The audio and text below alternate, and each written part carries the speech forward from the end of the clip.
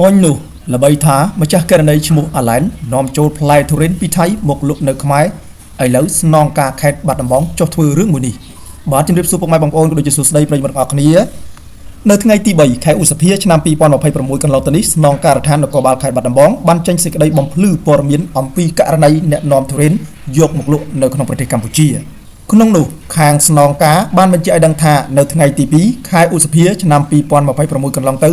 មានការផ្សព្វផ្សាយក្នុងបណ្ដាញសង្គមមានទាំងរូបភាពនិងសម្លេងផងដោយភ្ជាប់នៅរូបភាពនៃករណី Facebook ឈ្មោះអាឡែន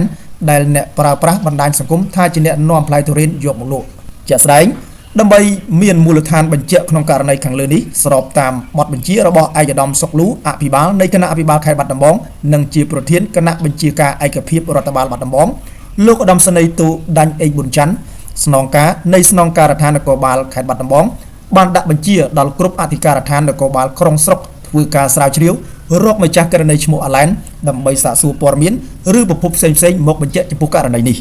ជាមួយគ្នានេះបងប្អូនប្រជាពលរដ្ឋមហាជនទូទៅអាចជួយផ្ដល់ព័ត៌មានមកសមត្ថកិច្ចនគរបាលករណីបានស្គាល់អត្តសញ្ញាណម្ចាស់ករណីខាងលើ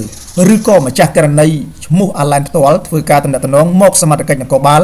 ដើម្បីធ្វើការបំភ្លឺចំពោះបញ្ហាដែលអ្នកប្រើប្រាស់បណ្ដាញសង្គមបានផ្សព្វផ្សាយគួររំលឹកប្រិយមិត្តមហាជនឡើងវិញផងដែរថាល្បីថាម្ចាស់ករណីឈ្មោះអាឡែននាំចូលផ្លែទុរេនពីថៃមកលក់នៅខ្មែរឥឡូវត្រូវស្នងការខេត្តបាត់ដំបងចុះស្រាវជ្រាវហើយ